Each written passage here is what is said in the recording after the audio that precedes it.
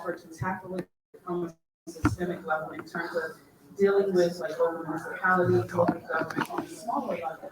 And I asked this question because I noticed that there's an uptick in a lot of areas where people are, again, making these policies, whether it be in HOAs or smaller municipalities where you're not allowed to have certain things in your yard, what, to feed yourself. So what advice would you guys have for tackling those things? And particularly, like you said, in communities of color, where we're so used to seeing all of the undesirable things that it's become second nature to go to those things. I like to debunk the attitude that people will say, oh, well, if people didn't shop at those places wouldn't exist. And I say that's not necessarily true, because people shop at those places because that's what they have access to. They don't have access to other things, whether it's lack of transportation or other things. So like Tiffany said, if you could walk somewhere and get nutritious food within about 15 minutes or ride a bike, that is more ideal. But if you don't have access to those things within your community, and also you have a barrier to transportation, your access is also limited. So you're ingesting in your bodies what's available to you. So what advice would you give to individuals, and I'm going to say younger people, because that's who's coming up and starting families now? What advice would you give to the younger generation for, I guess, for lack of a better term, for fighting with municipalities and HOAs? Let's start with Tony. Oh, that's a really good question. I would say for anyone, but particularly for young people that are so sure of themselves in a way that I was not when I was young. I would just say to young people, keep doing more of what you're doing. Stand up and be very vocal and make it clear that you are a citizen and a taxpayer, and you demand certain things. And you demand accountability from the elected officials that we have chosen to help us govern. It's so important that people who have lived experience are at the front of this food fight, as I like to call it. This is our food fight. And so along with being vocal is also knowing when to be vocal and knowing when to pass the mic. Young people do that a lot better. It's something that I experience. And so as you are engaging with people around this food justice and food sovereignty work, you really want to do what you can to pass the mic to those who have experienced this, and to also help change the narrative around who is considered an expert in this to begin with. I personally have not experienced food insecurity. I was raised very much middle class in Prince George's County. And thanks to the dreams of my parents, I have even graduated to a little bit above where they raised me. But even I, in my role, say, I need folks on my board who have experienced this. I need folks surrounding us who are informing our policy, and make sure that we're not out there chasing policies that may sound good, but don't actually have a material difference in people's lives every day when they have to choose between buying rent or groceries or diapers. You always have to remain connected to the frontline community and those elders who bring the experience of sitting at lunch counters and starting food co-ops. And you need the young people who bring that passion and impatience, which you want a little bit of impatience, but you also want strategy and history involved in everything that you do. And yeah, I'll leave it there. And I'll build there. I would say collective action. And that's the story that we tell at the National Museum of African American History and Culture, that, for centuries, African Americans have worked collectively, worked intergenerationally, as you're saying, Tiffany. And that would be the advice I would give us still, is working together, working collectively. And to speak more to what we're doing collectively right now in the present day, Absolutely collective action, grassroots organizing, being on the ground, not accepting no for an answer. All over the country, there's communities that are organizing. They're planting trees in Philadelphia in the boulevard, fruit trees. And you can walk down the street and pick yourself some peaches. They're planting gardens in vacant lots. Of course, there's some issues around bad soil, but there's a huge American movement, a gardening movement on the streets. And some interesting developments for that. There's bioretention work being done, how to clean up lots, how to build raised beds, how to use recycled materials to do what you want to do. But even further, completely rehaul the food distribution system, doing what you need to do in your family, not expecting, masters, the people who design this system to have your best interest in mind. You take care of it. You as a community, empowering communities to do this work. We're stronger together. You know who said that? The whole village thing. That was the time. There's also some interesting research being done with several collectives. There's a huge collective movement. Let me just talk about it a little bit. Here in the DC area, we have the Mid-Atlantic Black Farmer Caucus that started out after some grumbling at a conference in Maryland, and it was like, and then it was like, oh, they're not gonna fix it, oh, it's up to us. And so we started off with just a murmur, a room full of people that grew every year, and now we've actually formed an LLC. The caucus, our work is to improve the entire food distribution system. I'm at the bottom or at the beginning, the seeds, but all the way to restaurants. We have chefs, we have lawyers and accountants and business consultants. We have engineers and web designers. Anybody who wants to recreate a new system, because clearly the one is working just the way it was designed to work. So if we don't like it, then we need to get busy. There's also some amazing organizations called the Federation for the Southern Collectives, which is the oldest Black farming organization in the country. They're in about 15 southern states. They were on the front line of the civil rights movement. Martin Luther King was with them. When you're with these people and you see what they have gone through, it just reminds you that it wasn't very long ago. And what happened in the 1960s is happening again today. With the outline of Black history or women's history, all these things, and women's health care is being impacted by decisions that are made. Watch out, there's people who really, really want to do you harm. In the state of Wisconsin, they have pulled all the free lunch and free meals from elementary schools. Why? With an $8 billion surplus, they decided that they didn't need to spend money giving food directly to children. So if that community doesn't want to feed itself, what's going to happen to those people? So it's time to expect our country to behave as it has for the last 400 years.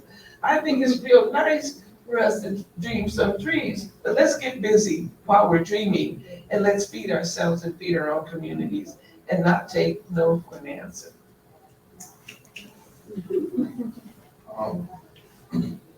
For those unfamiliar with the term redlining, or from a context standpoint, it's the grandfather, or rather great-grandfather of gentrification. Like it's the grassroots diagram of it. And so Baltimore was one of the incubating cities of that format, which led to Chicago, which was perfected in Chicago. We have a definitive south side of Chicago. My mentioning of that is ideally it'd be more green, which is my corner store in West Baltimore. Ideally, if it was in any of the said red line areas, I wouldn't have to give the food away. I would actually be thriving because the identification with avocado or eggplant or squash with certain communities is second to none compared to the community that I'm serving. So I'm operating out of an act of service and having a corner store that understanding that that's why my store is not thriving from that business model standpoint, from a conscious capitalist.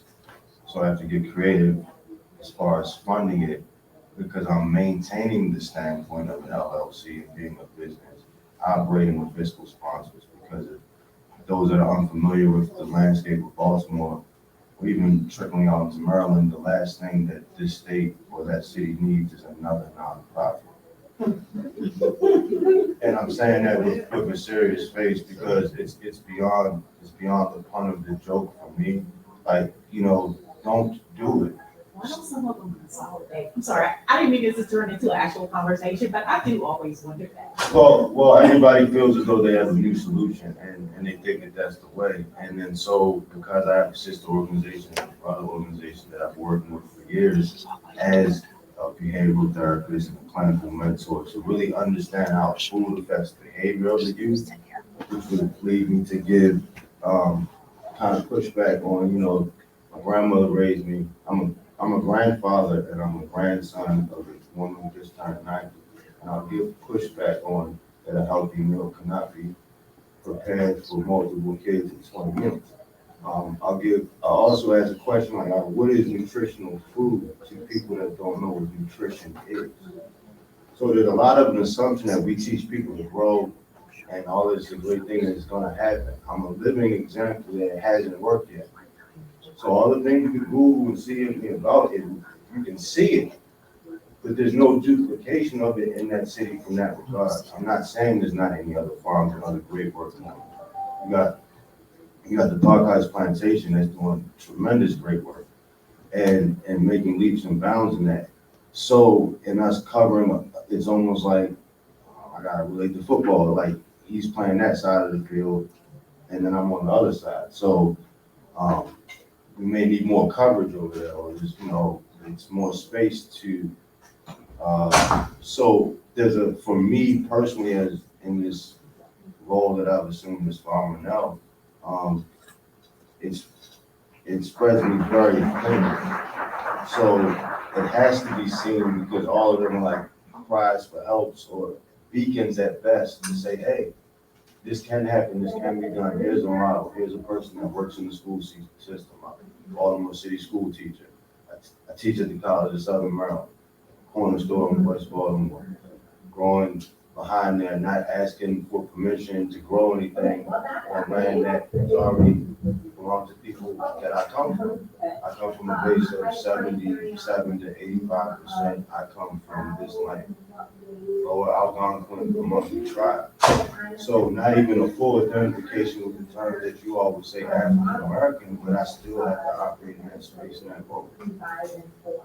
For the people, for my people, and for the people that aren't getting spoken of, that were already here before people came over here and before people were brought over here.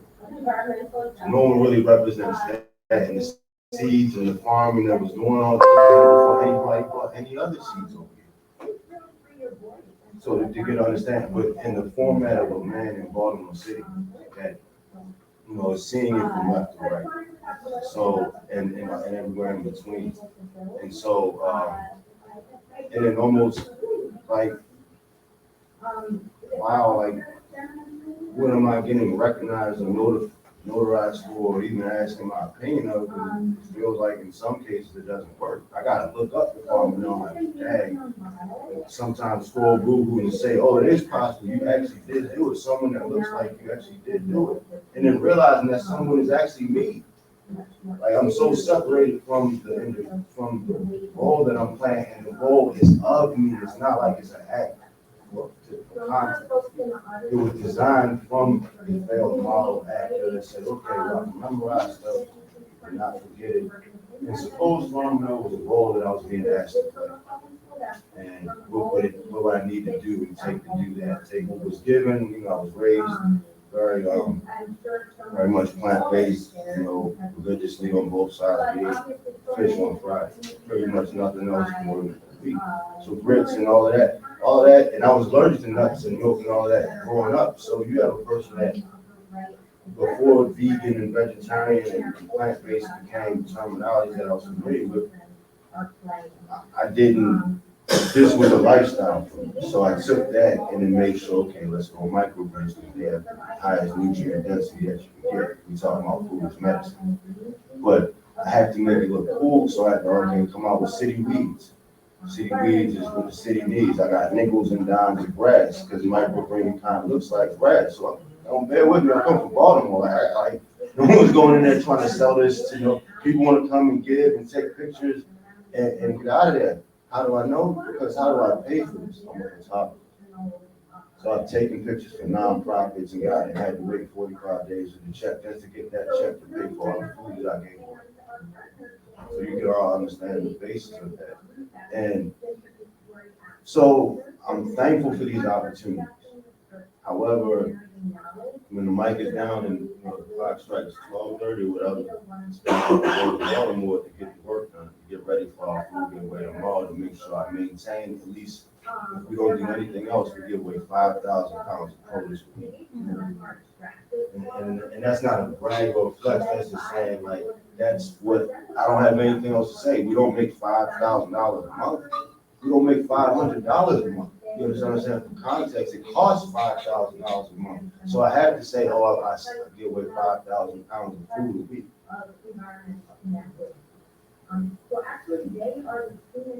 All of that is the question. I'm sorry.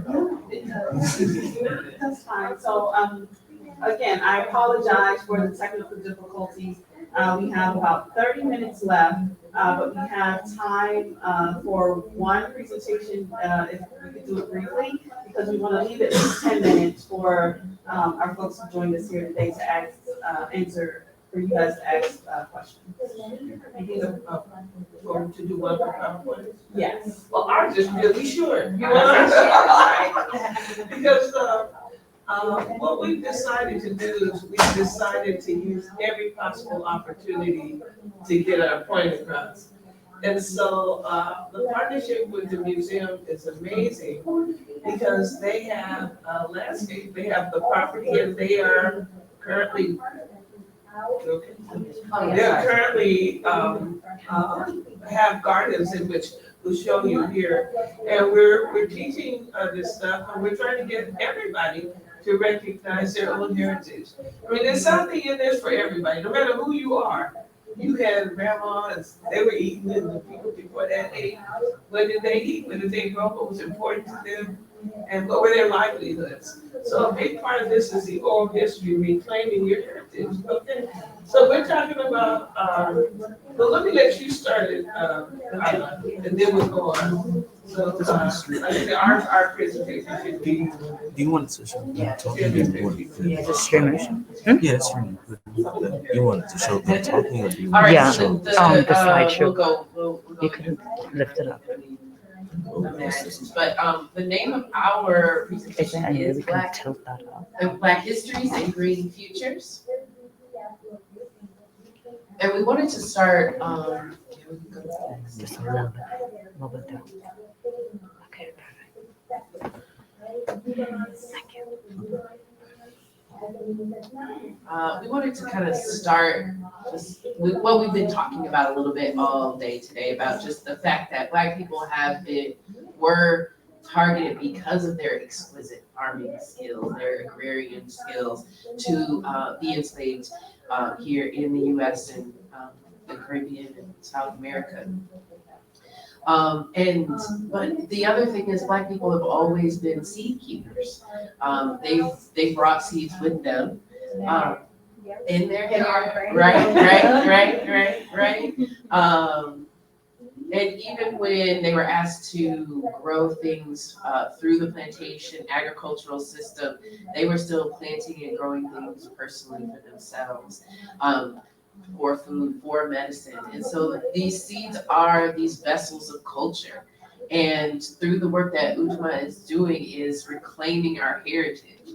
And on the next slide, you'll see the African crops. Do you want to talk a little bit more? You did talk a little bit I about talked it. a little bit about it, but you get the point. So let me go here to watermelon. Very interesting, African crop. If you know anything about the history of watermelon in the United States, you know about, it's been treated like Aunt Jemima, with the smiling, little darkies and pickaninnies. Why was that crop vilified? Because it paid bills. The success of African farmers, African American farmers, allowed them to send their children to college and pay a note, buy mortgage and more real estate. There was a need to vilify watermelon, and many of our ancestors, our families, when they moved to the cities, they were hit with that kind of negativity. And there's a lot of people who don't eat watermelon because they're embarrassed, because of the way in which it was portrayed. And just think about that crop that was developed in northern regions of Africa for hydration. There was carrot, originally it wasn't sweet, it was yellow. And all of the content was developed because of its ability to give you what you have to have, replenish what you have to have. You must have hydration. So my family grew something called the Stone Mountain watermelon. And there's a whole story about that, I'll tell you later. But the bottom line is that all of these crops up here are things that have started in Africa and been transferred. If you know anything about the three sisters, bean, corn, and squash, and I think was alluding to the contribution of indigenous seed keepers in the Americas. The African sisters are symbiotic in the same way. What ticks me off about the three sisters is they forgot the rest of the family. They forgot all peppers. Peppers have traveled all over the world. That was a Native American crop that was developed by indigenous seed keepers. Tomatoes. Yeah, okay, the Italians have done a really good job with it, but it was Aztecs that found that berry along the side of the road, developed it into the crop that we have now. And many other crops. So the concept is for us to develop knowledge about these products. And if you were to eat those products you see, there's a lot of nutrition there. We have two heroes. Shira. Well, one thing I wanted to mention, just with wrapping up on these crops, is that, some of these grains use a lot less water than corn does. And that this African rice has lower glycemic indexes, that they grow in multiple environments. Like they're not just tasty and nutritious for us, but it makes sense for us to grow. Shout out to Carolina Carolina Red Red Rice. And to eat now, because with this skirt of diabetes, and I think you made reference to that in your presentation, we need things that are lower than glycemic index. Last year in East Africa, the maize crop failed because of climate change. And people all over East Africa were in fear, because of the boycott, the Russian boycott of graves. There was a tremendous fear of starvation. Guess what? They went back and planted sorghum, which was their traditional crop. That required 1/60 amount of water that corn did. And people were dancing because sorghum was a sacred grain in these cultures. So how does that happen, that your sacred things become vilified or disrespected over time?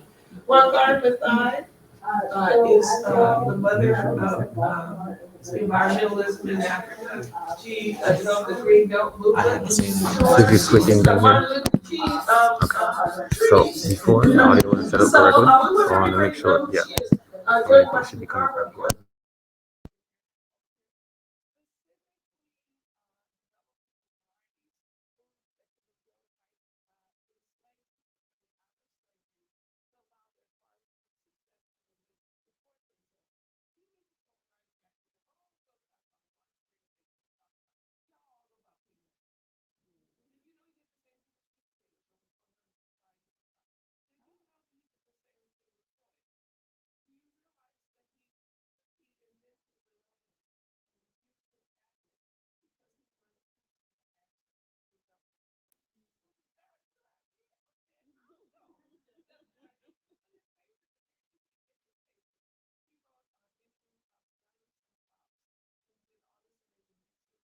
is food shortage, of which we No one can stand. talk. Not just us, but all No one American can talk. agriculture stands on your Only question. time I'm getting is from here.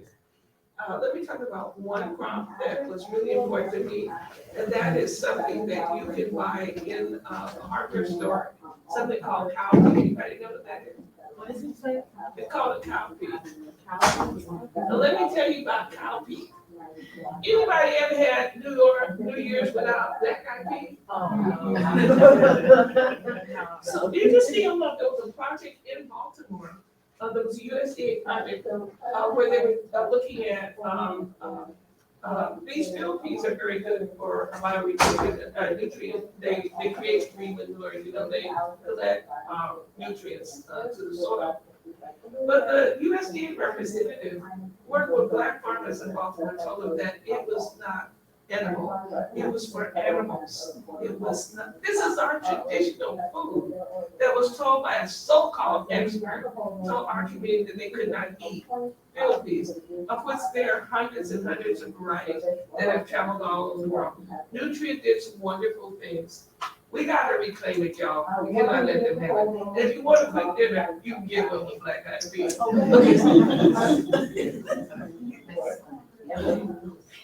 So, we started, with a bunch of school kids, high school and middle school kids. We were working actually with the Center for Environmental Justice here at University of Maryland. I told you about, we were working with, food, insecurity, what we could do about it, what we can do about this plant stuff. COVID hit, the kids were actually in the process of becoming sustainable. They were starting an online business. COVID shut down the public schools, so they couldn't meet much. But we were able to get seed donations from Maryland seed companies, and we started an online business giving away free seeds. So we gave away about 120 varieties of Maryland seeds.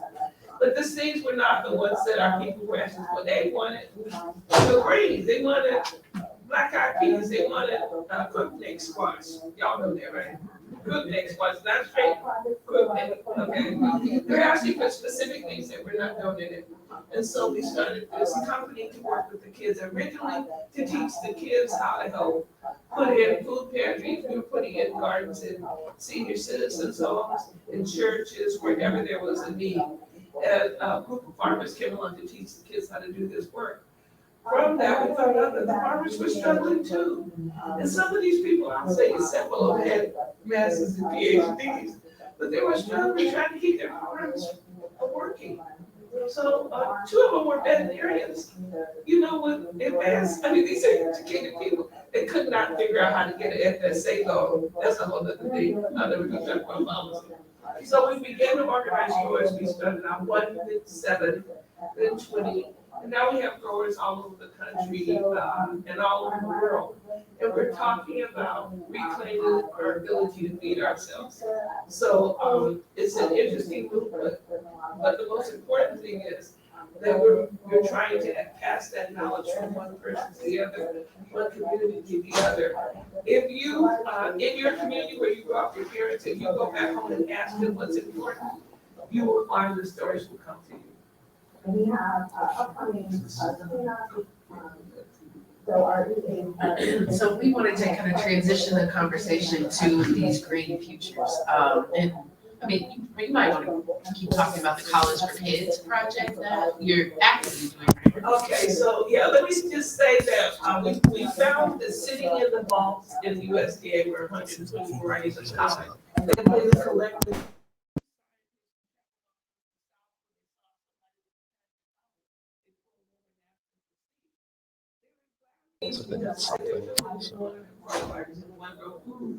They gave these seeds open, they sat in a vault until Sister Ira Wallace from Seed Savings Exchange from Southern Exposure put together a trial. And the goal was to go out and look for these seeds to bring them back to the circulation. And so we're in our 7th year of this project. But we realized that we had access to kids who were in ag programs. So in DC, we got preschools that are teaching agriculture. In DC, yes. Oh, that's so cool. We have actually, Martha's Table has a project that has an assimilated walk, where we put them out in the garden. And if you've ever traveled to West Africa and Ghana, you know the preschoolers are, they're this tall and they are working to feed themselves. So this is a pilot project to actually teach seed breeding and all the knowledge you need. And we start with 3-year-olds all the way up to high school. So it's a national project that we have from Berkeley to Massachusetts. We have these varieties. So there's 120 varieties. Nobody can remember that. So we broke them down into the types. Have any of y'all know that there's that many types of collards? Why collard? Because it was another thing that was not lost. It was served at Thanksgiving. It was served at New Year's along with those black eyed peas. So something that people could relate to. And so these kids are learning how to use software that allows them to keep data, manage it. We also found that from this population, there were some that were more resistant to pests. We found that some that could take a 0 temperature cold. We found that there's some that were very sweet and tender. We also found that some were, beautiful colors. And I don't know if you've heard of a collard tree. Now, my family stuck out of North Carolina, went to California. We always had collard trees. I didn't know everybody didn't have them, but this is a perennial collard. And we're teaching babies to farm, but not just that, the science. The reason why this is so important is these are also used for our retention. One of our young scholars is looking at the root systems of collard, how they absorb nutrients. They're working in St. Louis and East St. Louis with urban farmers, and they're concerned about the soil there and how do collards actually function in terms of their work. There's a lot more to say about it, but let's go on. Before you transition really quickly, I wanted to ask you, because you're speaking to folks who often live in urban areas, could you talk a little bit about how much space one actually needs to farm, like the basics, like collard greens and peas and I'm gonna tell you the truth, if you got a tennis shoe, you can grow something. You don't need much space. One seed, one plant. Now they get pretty big, but you can grow. We're actually doing research on apartment farming too. Because what we found is urban farming is really important. UDC is doing miraculous work here, and we need to add them to the panel. They're growing, of course, our rooftops, there's rooftop garden here, but they're growing along the side, vertical farming, aquaponics at Bowie State University, that's hydroponics and aquaponics. We're also doing something called agroforestry, that's looking at the woods. Our ancestors went to the woods for a lot of stuff. For worship, are you going to talk about that? How we use access to this one of your slides? Okay. So, just one of the dilemmas that I had was that in being an agriculture teacher, we had 14 raised beds and we were able to grow. Before I get into that, window garden is what we did during the pandemic. So I had to teach virtually. And then I was teaching window regrowing garden. So, okay, your mother went to the grocery store and this is what you have in the house. So this is how you regrow carrots, celery. Celery was like the easiest one. You just cut all the celery off, eat it, and then regrow it. Sit it in like a little dish of water. As soon as it starts sprouting, you put it right in the window. And so doing that from the phone. So that's another way. And then also totes, like storage totes. You know what I mean? One could be for compost, one could be to grow, whatever. That could be a little garden, one little seed of everything. And then you'll figure out which one to need more space, you know what I mean? But the dilemma that a goal of mine, which I'm still in the dilemma of, is when I see this growing in preschool, of that, who can help this process of the food that's grown by students in the school be actually served in the school? Because I feel like I'm tap dancing and it all sounds good. It's like I'm checking a box for the school because they got farming now, they got nutrition, they got all of this. You get even extra climate control with me and all these extra things that come with that. And I'm sitting there like negotiating with the cafeteria ladies on like, what's what and why is this and lettuce we grow outside is far more superior than the lettuce that y'all have in this salad. And that's the only choice that they have. And so it becomes very novel and novelty to me for people to look around and highlight us and then still send their students to schools that don't serve these things. So it's almost like a huge contradiction, and I call spades, it's hypocrisy to me. It's like almost like, okay, why is this a good thing that I'm doing if you're just gonna send your kid to school, you're just gonna drink milk and eat whatever the school is serving them, but you're glad that farmer knows that, but then when you go home, you're not even serving that. And y'all still got a microwave and all these things that, okay, this is it, if eating nutritional food is a big deal, then not using a microwave is a big deal. It's like there's things that come with that. It's like, okay, if you're gonna get your oil changed, you might as well, if you're gonna keep your gas tank full, you might as well get your oil changed. These are the components that go along with that. You know what I'm saying? So the microwave mentality and getting somewhere fast and quick is also because we don't have the proper nutrition to be able to have the thought capacity to think through something. We're trying to get through something really fast because we're not fueled, you know what I'm saying, from our mind, body, and soul, from the food that we're eating, from the food that our kids are going to school in. If we're not sending them home, sending them to school with food, like I have to prepare a different form of pizza every week because my daughter will not eat cheese. My daughter doesn't eat animals and all that because you can't, so I can't say kids, if this is gonna do, the kids is gonna want this kid. No, I have children, you know what I'm saying? I have grandchildren. I know what that looks like. I know what that effort feels like, you know what I'm saying? So, I'm glad that it's getting support, like from the standpoint of preschool, but if they're not able to eat that food in the lunchroom, I'm not asking anybody from the panel for help. I'm asking like the listeners or those that are doing the studies or those that might have a parent or relative in policy or some of that nature, to see the bigger picture. And that's when we talk about the apartheid part of it. It feels like, you know, they kind of letting it come out.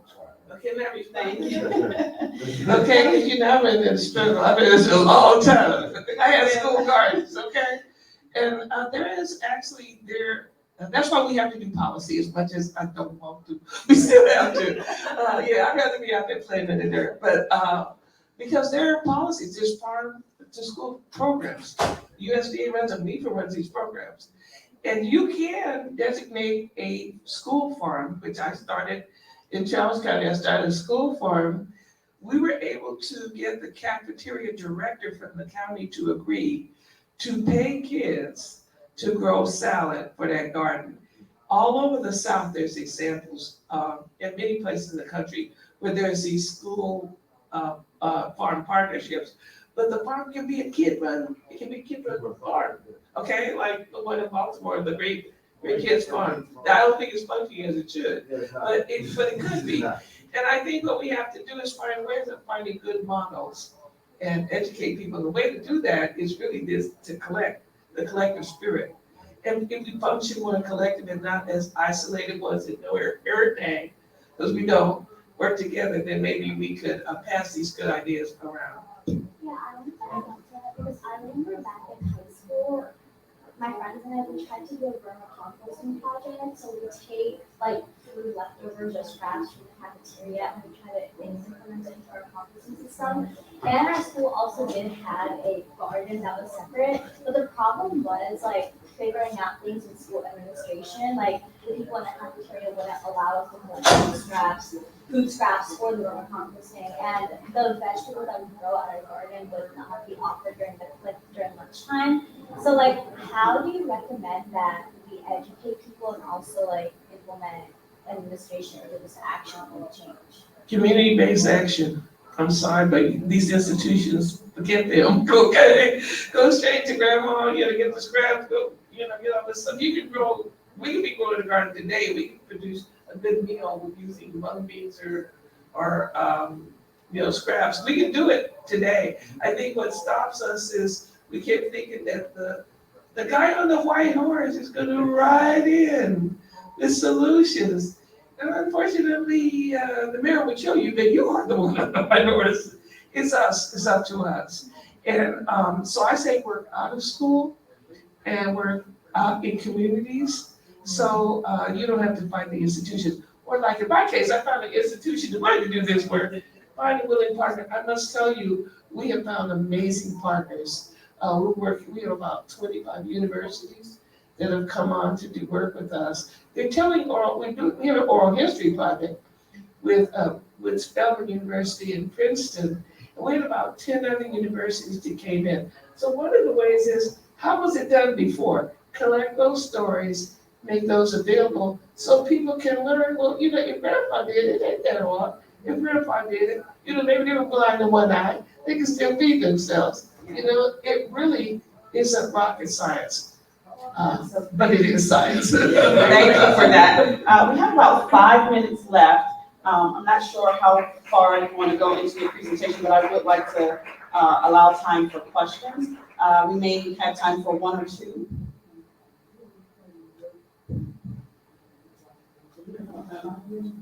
Good morning, everyone. My name is Bria Crawford. I am a resident of DC.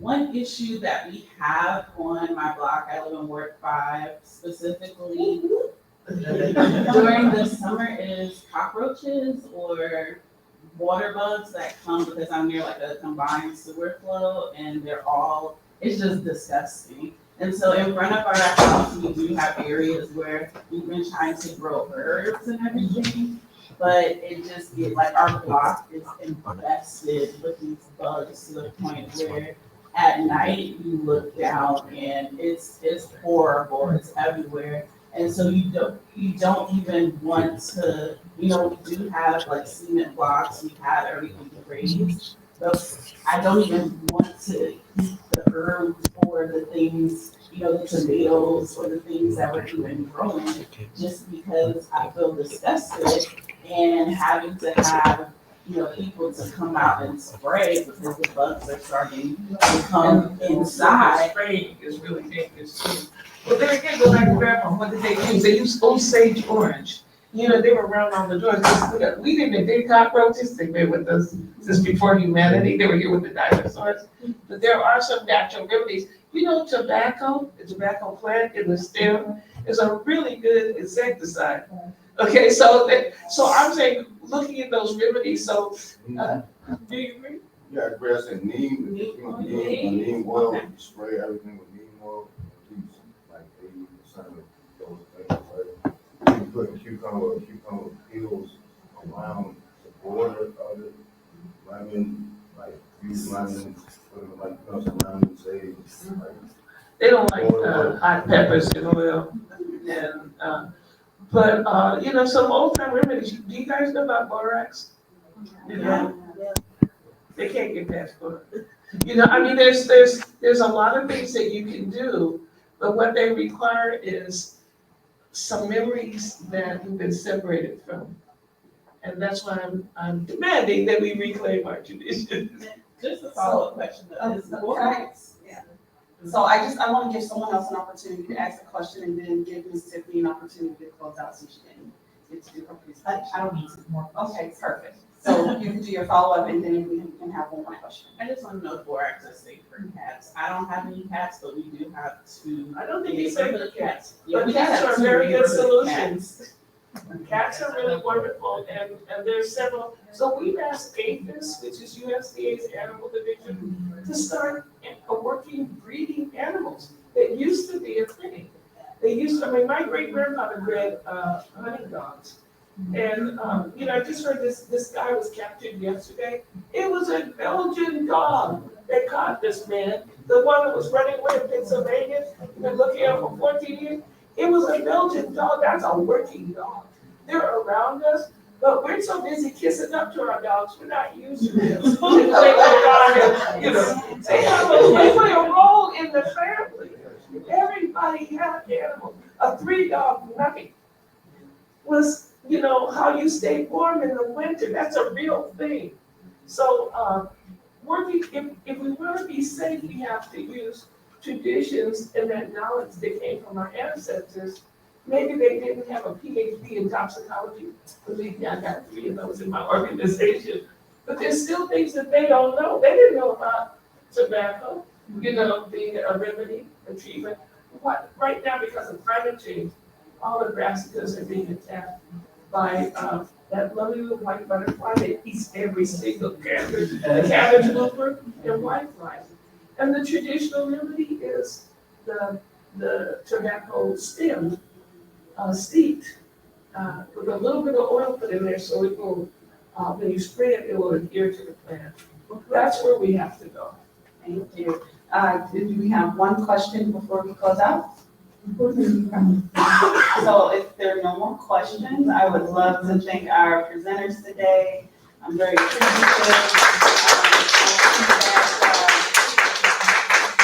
Ms. Bonita here has seeds of you. Were you going to give the seeds away?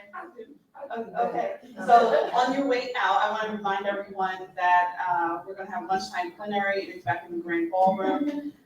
Thank you so much for your time today, and again, apologies for the technical difficulties. And come up, grab your seeds, and meet our presenters. Can I Thank say, you. please visit the gardens at the museum Yeah. and work and support the museum. They're doing this work on the front line it is.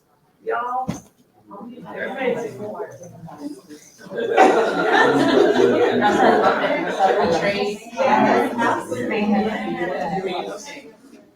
Raise the seeds, so they raise it over here. We're growing our hippie garden this year that, features You have a Jewish garden? women How would you do it? artists So if you just- in our community. We just see almost seeds, so we're growing You see some this this year. year. Right? Yep, How you yep. do it? Yep.